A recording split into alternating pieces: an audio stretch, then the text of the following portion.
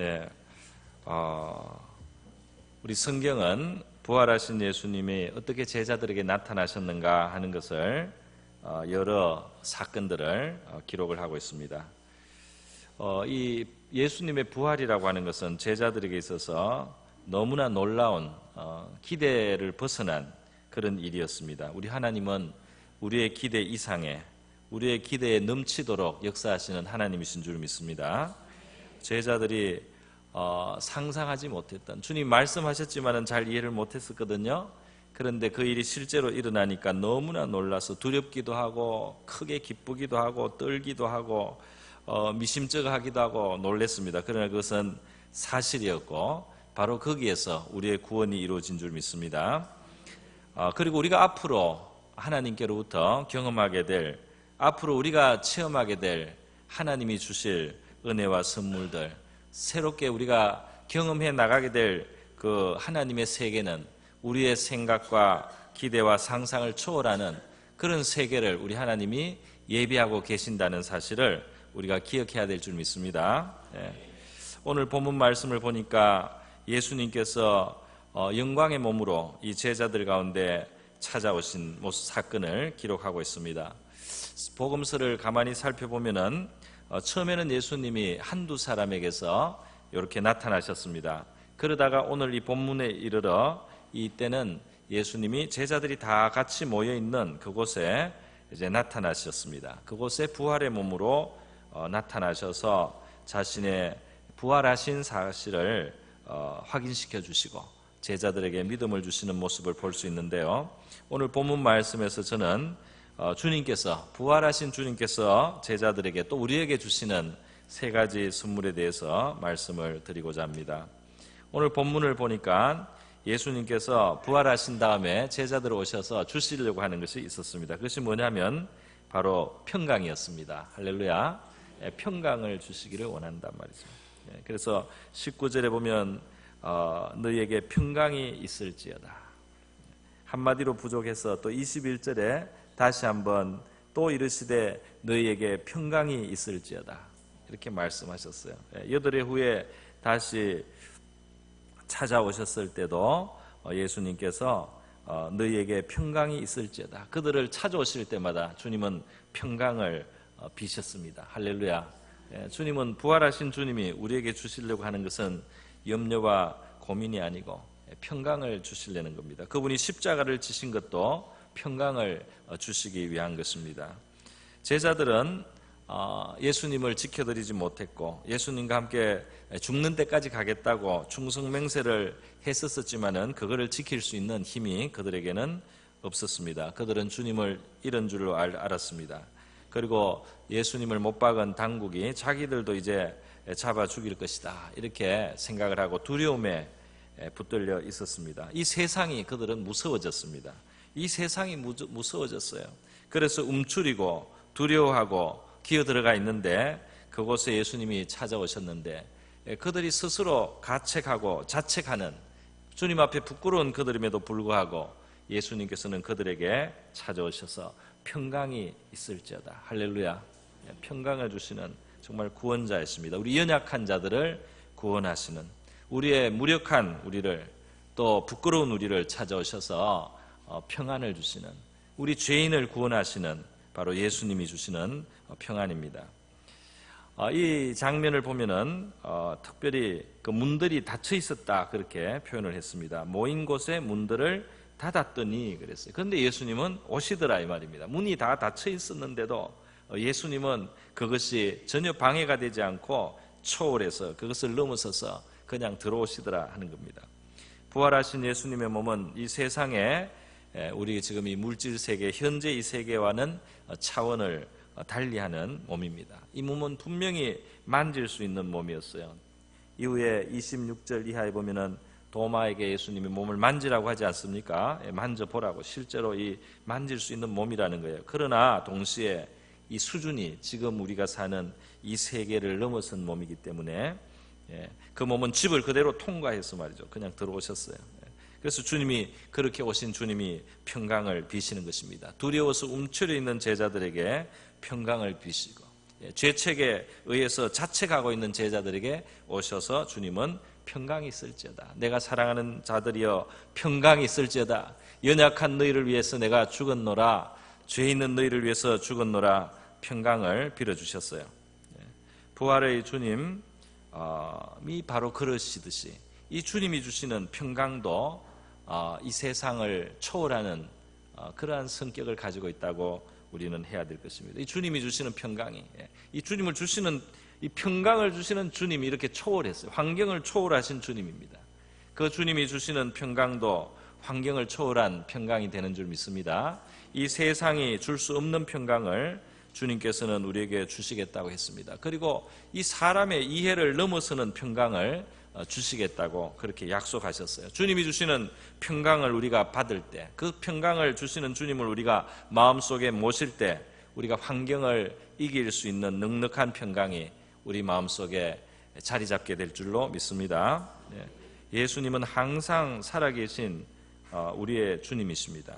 그런 주님이 우리에게 평강하라고 말씀을 하시는 것입니다. 우리는 이 말씀을 믿고 이 평강을 취해야 될 줄 믿습니다. 이 평강을 주시기 위해서 주님은 그 고난을 당하셨고 이 평강을 주시는 주님이 영원히 살아계시다 말입니다.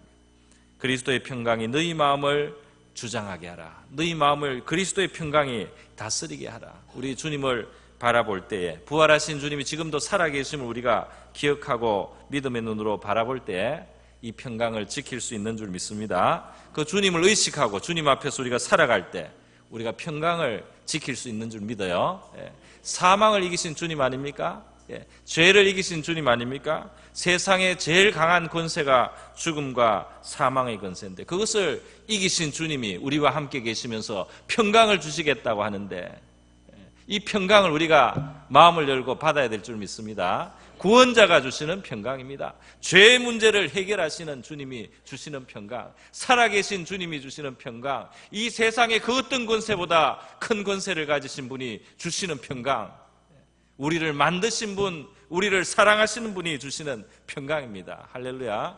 죽기까지 사랑하시는 분이 주시는 평강, 이 평강을 우리 마음에 받으시기를 바랍니다. 두 번째로 오늘 본문에서 보니까요, 예수님이 주시는 것이 있는데 그것은 성령을 주시는 거예요. 부활하신 주님께서 제자들에게 주시고 싶어하는 것이 성령입니다. 예수님은 제자들은 예수님이 상급만 보고도 손과 옆구리를 보이셨단 말이죠. 20절에 보니까 손과 옆구리를 보이셔서 내가 십자가에 못 박혔던 바로 너희의 선생, 너희의 주 하나님의 아들이다 말이죠. 그러면서 예수님이 이렇게 손과 옆구리의 그 상처를 보여주신 거예요. 그 제자들은 보고 정말 구멍이 있는데 부활하여 살아계신 주님을 보니까 너무 놀랐고 또 살아계셨다는 사실이 너무나 기뻤어 말이죠. 사실이 너무 기쁜데 주님은 더 줄 것이 있다는 거예요. 내가 부활한 사실만 너희들이 기뻐할 것이 아니고 더 기쁘고 너희들에게 줄 것이 있다. 그러면서 평강을 말씀하시고는 아버지께서 나를 보내신 같이 나도 너희를 보내노라 하시면서 그들을 향하여 숨을 내쉬면서 이르시되 성령을 받으라. 후 하시면서 말이죠. 후 하시면서 성령을 받으라 그러셨어요. 이 성령이 예수님의 입김인 것처럼 그렇게 예수님의 그 숨결이, 예수님의 그 호흡이, 예수님이 부으시는 그 생기가 성령인 것으로 예수님이 그렇게 표현을 해 주셨습니다. 성령은 이상한 영이 아니고 우리 사람들이 이 한국 사람들은 무당의 그런 문화가 있었어요. 귀신 접하는 그런 것을 보기 때문에 이 영을 받는다는 것을 불편하게 생각하는 사람들이 있습니다. 그러나 성령은 정말 우리가 모셔야 될 영입니다. 할렐루야. 성령을 모시기 위한 그릇으로 원래 창조된 존재예요. 성경을 다 우리가 함께 다 뚫어서 보면은 우리 이 인간은 성령을 모신 그릇으로 지음을 받았고 이 성령을 모심으로써야 온전해지는 그런 존재입니다. 그런데 바로 예수님이 우리를 위해서 죽고 사신 그 주님이 그 숨길을 불어주시면서 성령을 받으라. 그렇기 때문에 예수님께로부터 나오는 영이기 때문에 사도행전 16장 7절에 의하면 이 성령을 예수의 영이라고 이렇게 별명을 붙였습니다. 또 로마서 8장 9절에 보면 그리스도의 영이라 이렇게도 이름을 붙이고 있는 것을 볼 수 있습니다. 요한복음에서 예수님께서 앞부분에 제자들에게 나를 믿는 자는, 누구든지 목마른 자는 내게로 오고 나를 믿는 자는 그 배에서 생수의 강이 흘러가게 하리라. 그 배에서 영원히 생수가 솟아나게 되겠다, 그렇게 말씀하셨는데 성경은 거기에다가 덧붙여 말하기를 아직 예수께서 영광을 받지 않으셨기 때문에 제자들에게 성령이 계시지 않더라, 이렇게 기록을 했습니다. 예수님이 영광을 받으셔야 이 성령이 제자들에게 주어질 거라는 겁니다. 그런데 지금 예수님께서 십자가에 죽으시고 또 부활하셔서 제자들 앞에 나타나셨습니다. 이제 좀 있으면 성천하십니다. 그래서 예수님이 우리 인류를 위한 구원자 일을 다 하시고 하늘의 보좌까지 오르셨을 때는 이 영광을 받으신 예수님께로부터 오는 성령을 우리가 받게 되는 겁니다. 성령을 받을 수 있는 약속이, 그 자격이 예수를 영접한 자, 예수를 믿는 자들에게 있습니다. 예수를 믿는 자들에게 성령 받을 자격이 있어요. 할렐루야. 예수 믿는 자는 성령 받을 자격이 있단 말입니다. 그의 영을 받을 자격이 있다는 겁니다. 여러분, 하나님께서 사람을 창조하신 이야기가 창세기 1장에 나오는데요, 사람을 창조하시고 또 2장에도 나오는데 흙으로 사람을 빚으시고 하나님이 사람의 코에다가 생기를 불어넣었다고 되어 있습니다. 사람이 흙덩이에 불과한데 생기를 불어넣으시니까 그것으로 생명이 되어서 살아 움직이는 존재가 되었다, 이렇게 성경은 기록을 하고 있어요.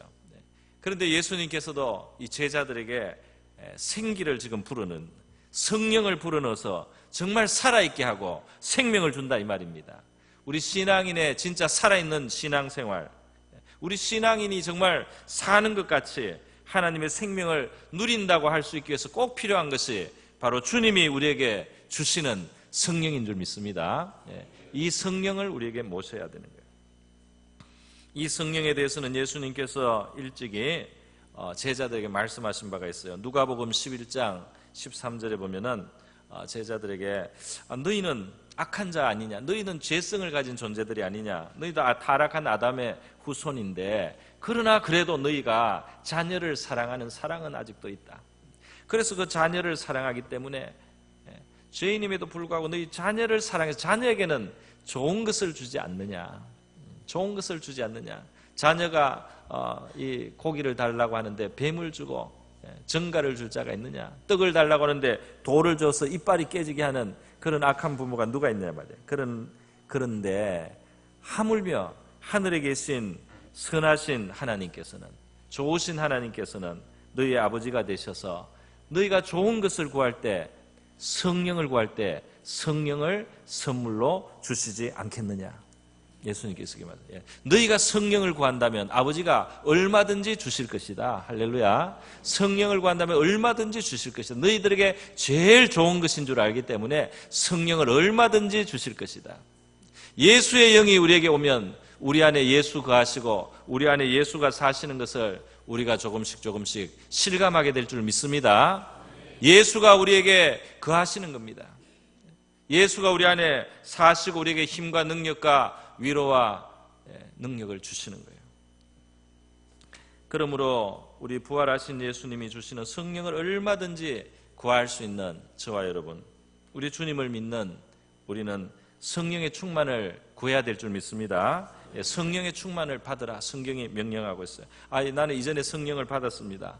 받았더라도 성령의 충만을 받으라고 했기 때문에 충만하도록 구할 수 있다 이 말입니다. 얼마든지 성령의 충만을 주시옵소서. 그럴 때 우리의 영혼에 참 만족이 있을 줄 믿습니다. 믿음의 삶을 넉넉히 살아가고 기쁨으로 살고 그 평강을, 주신 평강을 지키며 살아갈 수 있는 줄 믿어요. 세 번째로 부활하신 예수님께서 또 주시는 것이 있습니다. 그것은 24절 이하의 도마와 관련한 이 사건에서 예수님께서 주신 겁니다. 예수님께 첫 번째 나타나셨을 때, 이 집에 나타나셨을 때 도마가 없었습니다. 다른 제자들은 너무 기뻐하고 예수님이 살아계신 것을 확인을 하고 너무 기뻐하고 놀라웠어요. 그런데 도마가 그때 뭘 하러 갔는지 하여튼 다른 곳에 있었습니다. 그러다가 이제 도마가 돌아오니까 다른 제자가 난리가 났지 않겠습니까?